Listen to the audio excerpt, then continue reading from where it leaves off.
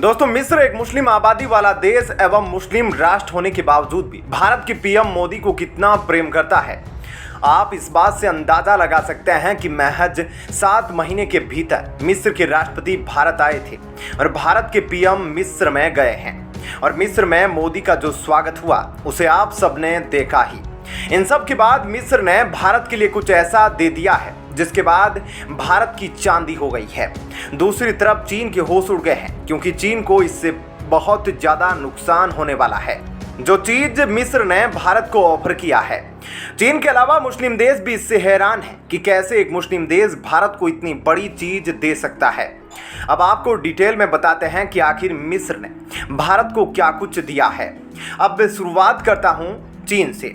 दोस्तों, दक्षिणी चीन सागर से लेकर लद्दाख तक आंखें दिखा रहे चीन ने यूरोप, अफ्रीका और एशिया का प्रवेश द्वार कहे जाने वाले मिस्र में अपनी धमक बढ़ा दी है, जिससे मिस्र काफी ज्यादा प्रेशर में था। चीन ने न केवल मिस्र में बल्कि अफ्रीका के दर्जनों देशों में अरबों डॉलर का निवेश कर रखा है। मिस्र के बहुमूल्य प्राकृतिक संसाधनों पर अब चीनी कंपनियों का काफी हद तक कब्जा हो गया है। ऐसे में चीन के बढ़ते दबदबे से घबराए मिस्र के पीएम और राष्ट्रपति ने भारत से मदद की गुहार लगाई है। भारत भी यही चाहता था कि मिस्र ही वह देश है जहां से भारत चीन के सारे हथकंडों की काट तैयार करना चाहता है। तो आप देख सकते हैं, अब मिस्र भी मानने लगा है कि चीन को अगर कोई घुटने टिका सकता है तो वह भारत ही है। दोस्तों, क्योंकि लोहे को लोहा ही काटता है। आप सब जानते ही है कि मिस्र इस समय गंभीर आर्थिक संकट से जूझ रहा है और उसने भारत को स्वेज नहर इकोनॉमिक जोन में निवेश करने का ऑफर दे दिया है। यह भारत के लिए बहुत बड़ी गुड न्यूज है, क्योंकि यहाँ पर भारत पूरी दुनिया को कंट्रोल भी कर सकता है। दरअसल मिस्र के राष्ट्रपति ने भारत के लोगों से जोर देकर कहा कि वे स्वेज नहर इलाके में बन रहे विकास प्रोजेक्ट में निवेश करें। इससे प्रोजेक्ट के जरिए ही भारत चीन को तमाचा मार सकता है। मिस्र सरकार ने यह भी ऐलान किया कि वह भारतीय कंपनियों को जमीन मुहैया करवाएगी। इसमें कई औद्योगिक और लॉजिस्टिकल जोन शामिल है। आपको बता दूं कि जो बिजनेसमैन मोदी के साथ अमेरिका गए थे, उनमें से कुछ बड़े बिजनेसमैन मिस्र भी गए हैं। और मिस्र में भारतीय बिजनेसमैन के साथ मुलाकात में प्रधानमंत्री ने कहा कि स्वेज नहर इकोनॉमिक जोन भारतीय कंपनियों के लिए एक बड़ा अवसर मुहैया करवाता है। उन्होंने आगे कहा कि मिस्र दुनिया के केंद्र में बसा हुआ देश है, जहां उत्पादन और उसे विश्व के विभिन्न देशों, खासकर अरब देशों और अफ्रीका में निर्यात का सुनहरा अवसर है। दोस्तों, स्वेज नहर मिस्र का बड़ा खजाना है। मिस्र चाहता है कि भारत इस खजाने के एक हिस्से का भागीदार बने। दोस्तों, स्वेज नहर दुनिया के सारे व्यापार का केंद्र बिंदु है और स्वेज नहर भारत के लिए कितना बड़ा ऑफर है और भारत यहां से चीन की काट कैसे तैयार करेगा। तो आपको बता दें कि स्वेज नहर दुनिया का सबसे बड़ा व्यस्त समुद्री मार्ग है और यहां हुई किसी भी हलचल का पूरी दुनिया पर तत्काल असर पड़ता है। यह यूरोप, पूर्वी और उत्तरी अफ्रीका को एशिया से कनेक्ट करता है, जिससे बहुत बड़े पैमाने पर व्यापार होता है। उस क्षेत्र में भारत को बड़ा प्रोजेक्ट मिल सकता है, तो भारत के इकोनॉमिक को काफी मजबूती मिलेगी। साथ ही साथ वह चीन के कारनामों पर भी नजर रख सकता है, जो अभी तक नहीं रखा था। तो आप मिस्र और भारत की दोस्ती के लिए एक लाइक जरूर देना और भारत के शक्तिशाली होने पर गर्व महसूस करना। स्वेज नहर इकोनॉमिक जोन इस पूरे इलाके में एक प्रमुख लॉजिस्टिक हब बनकर उभर रहा है। ऐसे में मिस्र के राष्ट्रपति और प्रधानमंत्री मोदी के बीच मिस्र के साथ आर्थिक रिश्तों को मजबूती को लेकर बातचीत हुई है।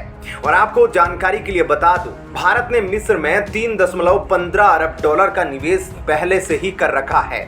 मिस्र के राष्ट्रपति ने यह वादा किया है कि भारतीय उद्योगों को पूरी सुविधा मुहैया करवाएंगे।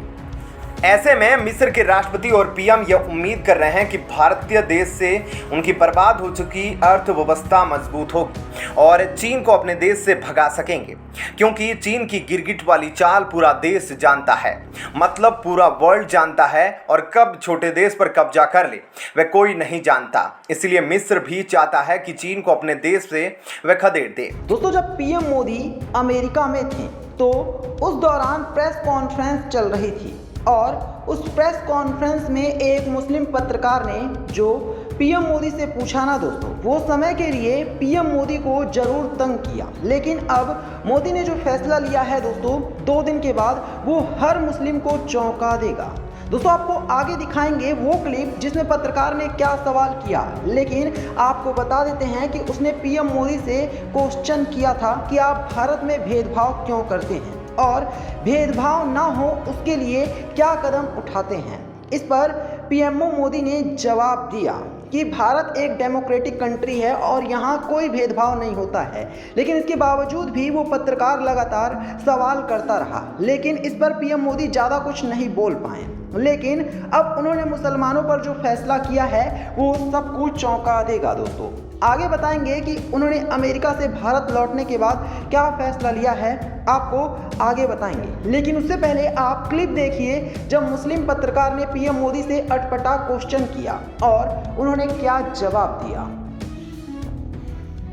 तो आपने सुना ना दोस्तों कि कैसे पीएम मोदी वहां पर थोड़ा सा तक पका गए थे और किस तरह से क्वेश्चन पूछने वाली जो मुस्लिम महिला थी, क्या उसे किसी के द्वारा मोटिवेट नहीं किया गया था क्वेश्चन पूछने के लिए या फिर वो अपने मन से पूछ रही थी, ये आप कमेंट करके जरूर बताएं। क्योंकि अब बीजेपी बोल रही है कि जिस महिला ने पीएम मोदी से क्वेश्चन किया था वहां यानी कि अमेरिकी प्रेसिडेंट जो बाइडेन के सामने वो महिला कांग्रेस के राहुल गांधी से पर्सनल टच में भी रहती है। मतलब राहुल गांधी अभी अमेरिका गए थे तो वहां भी राहुल गांधी की उस मुस्लिम पत्रकार से बातचीत हुई थी। दोस्तों ये बीजेपी आरोप लगा रही थी, सूत्रों से पता चल रहा है, लेकिन पीएम मोदी का भी पारा गर्म है क्योंकि उनसे इंटरनेशनल मंच पर इस तरह से क्वेश्चन करना कितना सही है ये तो आप सब जानते ही हैं और बता सकते हैं।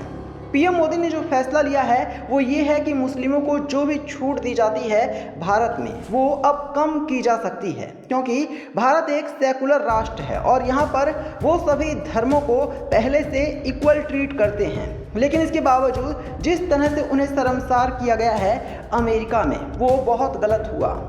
दोस्तों आपने पीछे तो क्लिप सुना ही और आप क्लिप से ही अंदाज़ा लगा सकते हैं कि कैसे क्या बीती होगी पीएम मोदी पर दोस्तों। और उस दौरान सवाल जवाब हो रहा था और ऐसे में जो बाइडेन भी हक्के बक्के थे और अब पीएम मोदी ने इनडायरेक्टली साफ साफ कहा है कि भारत हिंदू राष्ट्र भी घोषित हो सकता है और हिंदू राष्ट्र को लेकर अमित शाह भी और बाकी लीडर्स भी मिलकर पार्लियामेंट में झगड़ा करते रहते हैं। और उस क्लिप को अब हम आपको दिखाते हैं कि पार्लियामेंट में क्या क्या होता रहता है।